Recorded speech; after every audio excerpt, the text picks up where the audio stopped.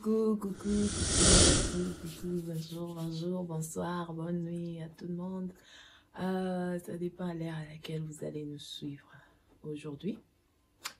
Alors, si tes cheveux ne poussent pas, regarde cette vidéo, tu ne seras pas déçu. Aujourd'hui, nous allons parler de pourquoi nos cheveux ne poussent pas et qu'est-ce que nous pouvons éviter afin que nos cheveux poussent. Ouais.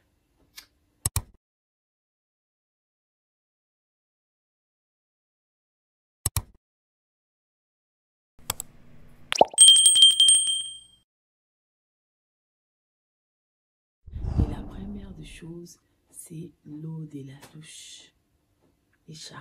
Eh oui, je sais que la fois passée, vous m'avez vu me laver les cheveux avec l'eau de la douche, mais je mis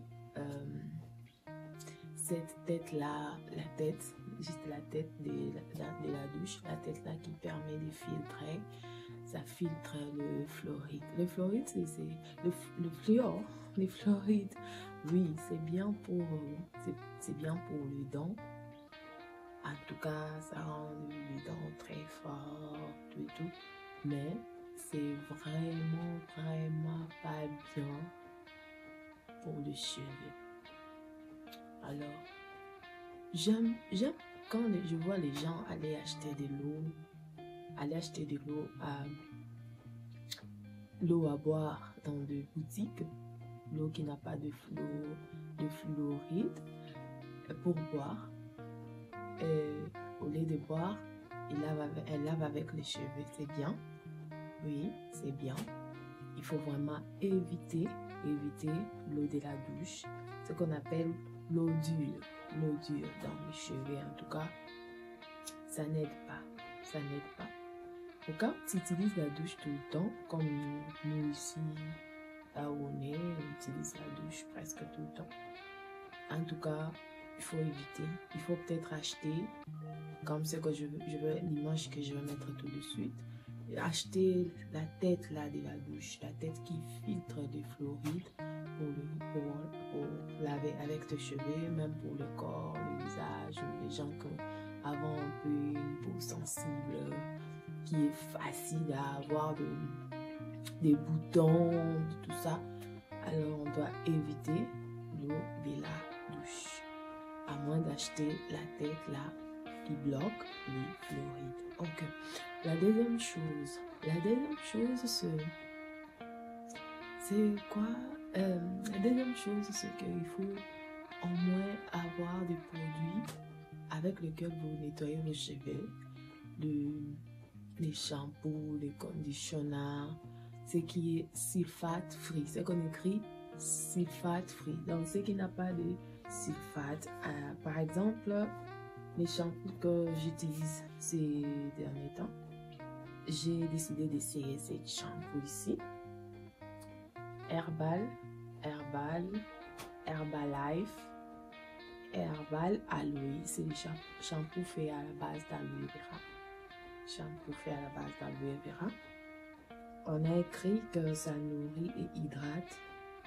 Ici aussi, ça c'est son après shampoo, les fortifiants après shampoo. Les biens avec ces shampoos, on a bien mentionné.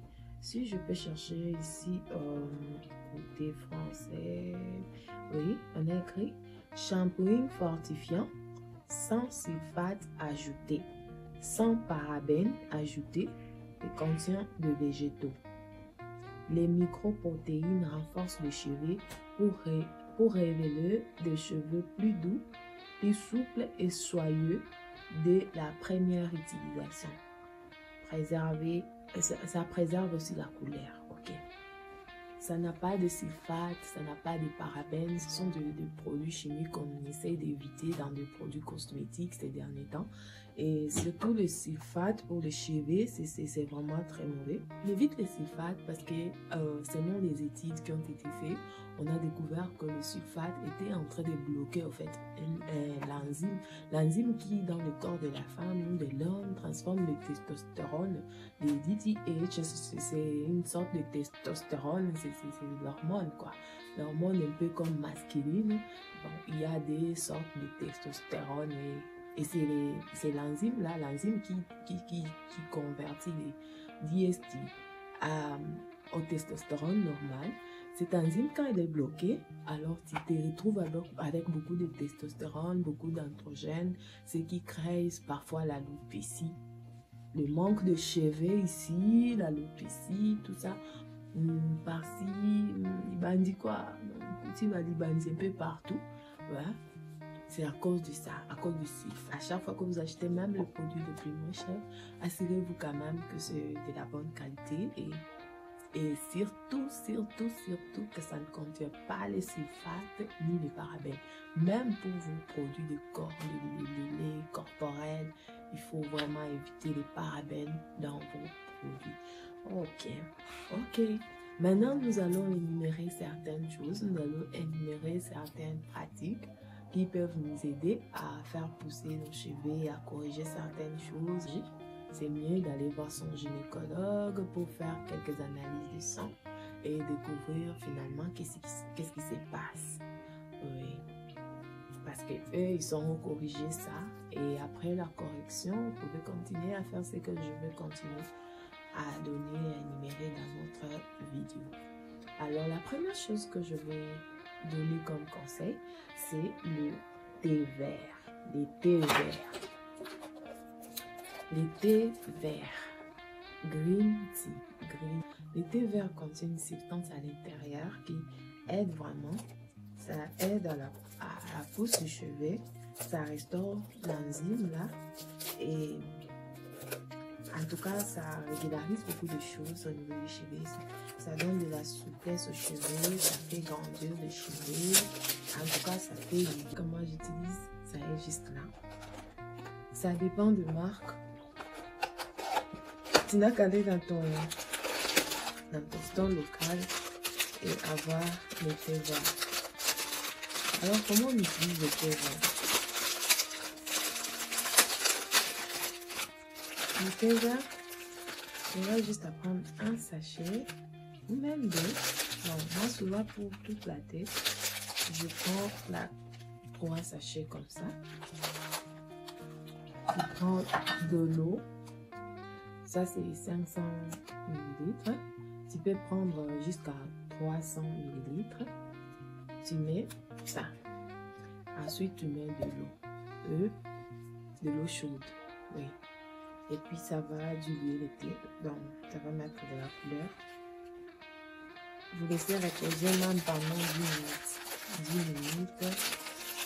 Alors, ça aura le temps de bien ramasser les ingrédients à l'intérieur. Le thé vert, très bien.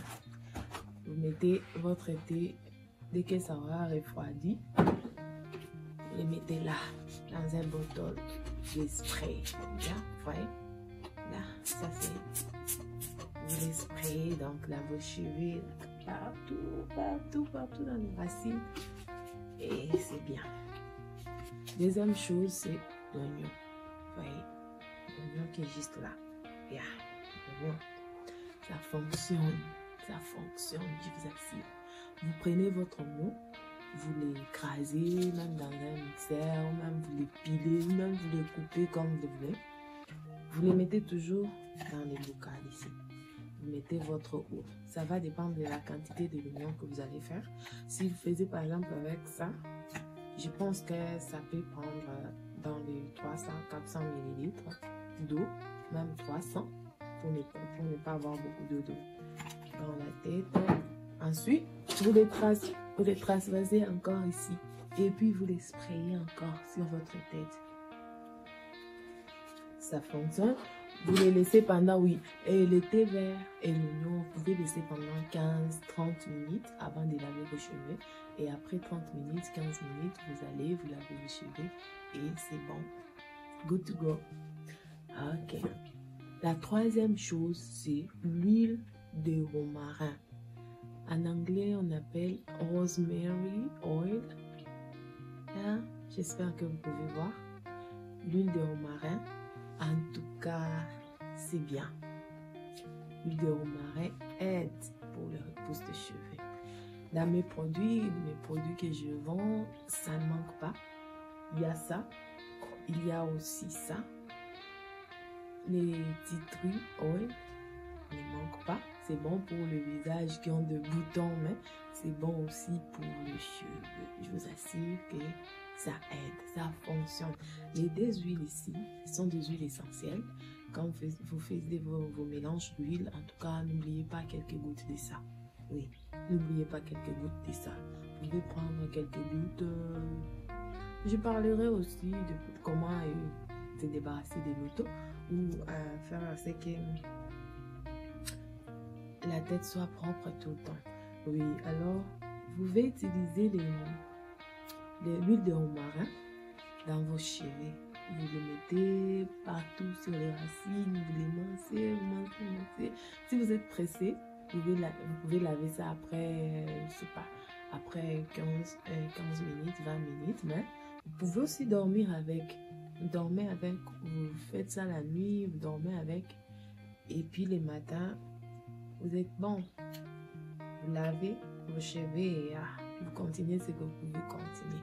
Oui, ça, cheveux, n'oubliez pas d'utiliser, vous pouvez utiliser des produits pour des chevelures.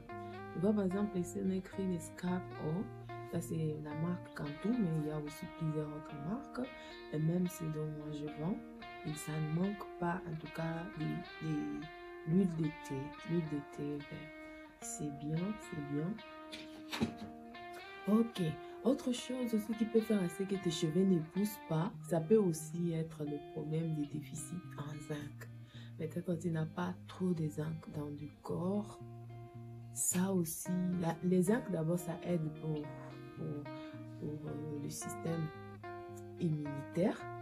Alors, avec le corona, vous savez comment on a pris les zinc ici. Je vous dis pas. Oui. Alors, il y a une marque ici, mais il y en a aussi plusieurs autres. Il y a aussi des liquides. Ça aussi, c'est les zinc. Ça aussi, c'est les zinc en liquide. Ça, c'est les zinc à comprimés. Ça dépend de ce que tu veux. Moi, je n'aime pas avaler les comprimés. Alors, je les préfère, moi, en liquide. Oui. Pendant les Covid, on a vraiment pris beaucoup de zinc. Non pas seulement ça nous a aidé à renforcer le système immunitaire, mais aussi ça aide pour les cheveux. Alors, n'hésitez pas à voir ton gynécologue ou soit ton médecin pour lui demander de tester si tu as vraiment l'insuffisance en zinc. Mais aussi, tu peux trouver les zinc dans des nourritures, par exemple le fruit de mer, l'oster, je ne sais pas comment on appelle ça en français. Oui, les fruits de mer, et aussi la viande rouge. La viande rouge, les œufs, tout ça, ça contient les zinc, mais les fruits de mer, en tout cas, c'est les meilleurs. Vous pouvez acheter les sea salt, les sels de mer. Cinquième chose, nous allons parler de vinaigre de cidre. Le vinaigre de cidre aussi, c'est excellent pour les cheveux parce que ça fait des bons travaux, ça équilibre le pH de tes cheveux, ça enlève les sébums. Les sébums qui bloquent les cheveux, donc ça bloque les cheveux, ça n'arrive pas à bien pousser à cause de sébums qui sont dans les têtes. Peut-être qu'il y a beaucoup de sébum, l'huile dans les cheveux, l'huile dans la graisse normale de ta tête. Oui, cela peut provoquer des blocages qui va faire à ce que les cheveux ne grandissent pas normalement. Alors, vous pouvez utiliser des vinaigres de cidre. Les vinaigres de cidre que vous allez acheter, en tout cas, assurez-vous que c'est naturel et puis c'est zéro. Unfiltered with moderation, unpasteurized. Ça doit être un office qui est bio. Il faut que ça soit bio. Et puis qu'elle soit naturelle, qu'elle soit brute, comme si je peux le dire. Je sais pas. Qu'elle soit vraiment non filtrée, et que ça ait aussi des histoires. Vous voyez, il y a des histoires à l'intérieur là. Oui. Alors, pour le vinaigre de cidre, qu'est-ce que vous allez faire pour le vinaigre de cidre? Pour le vinaigre de cidre, vous prenez votre gobelet ici. Ça, on appelle ça, ça c'est 8 onces. Si vous prenez ça, un gobelet de ça, les versez là. Ensuite, vous allez prendre ça, 2. Ça va faire 1 litre. Ça, 1 litre contre un gobelet de ça. Ou soit, vous prenez 1 litre, c'est 1000 millilitres. Ensuite, vous prenez 250 millilitres. 250 millilitres, ça peut être quelque part là. Vous allez mettre votre vinaigre de cidre et puis vous allez verser dans les 1 litre d'eau. Vous allez laver avec vos cheveux. Donc, après shampooing, après avoir utilisé les shampoings, vous prenez ça. Vous faites votre bain de crème normalement, c'est des masques ou quoi. À la fin, comme vous allez tout finir, vous utilisez maintenant l'eau au vinaigre de cidre. Vous allez nettoyer avec votre cheveu. En tout cas, ça donne de la brillance aux cheveux. Ça régularise aussi les pH, comme je le disais. Et puis ça aide à éliminer les sébums qui bloquent les cheveux, qui bloquent la pousse des cheveux. Alors, je vais me limiter là, mais la dernière chose, mais pas vraiment la dernière, parce que j'ai au moins 13 choses que je dois parler là-dessus. Jusque-là, je fais que 5, jusqu'au vinaigre de cidre. Et la 6e chose que je vais ajouter, c'est que vous devez ajouter votre apport des protéines dans le corps. Si vous n'avez pas assez de protéines, ça aussi, ça joue un rôle dans la pousse de vos cheveux. Alors, essayez un peu d'ajouter votre apport de protéines. Il faut prendre des protéines végétales, par exemple les huiles végétales, ces huiles-là, de bonnes huiles. Par exemple, l'oméga 3, l'huile de poisson. L'oméga 3, vous pouvez mettre ça, ajouter dans votre routine quotidienne. L'huile de poisson, ou carrément manger les poissons, comme les thons, les macarelles. Je sais pas, les macarelles en français, à l'ingala, on appelle ça quoi, je sais pas. Ça aide. Pour aujourd'hui, je m'arrête là. Ça sera la fin de notre première partie. Alors, merci d'avoir regardé jusqu'ici. Si vous êtes toujours là, en tout cas, merci beaucoup. La vidéo a été longue, mais éducative. Éducative, ok. Merci de vous abonner, merci de me soutenir, merci pour vos commentaires, merci pour tout, que Dieu vous bénisse. See you à la prochaine fois. Ciao. Mouah.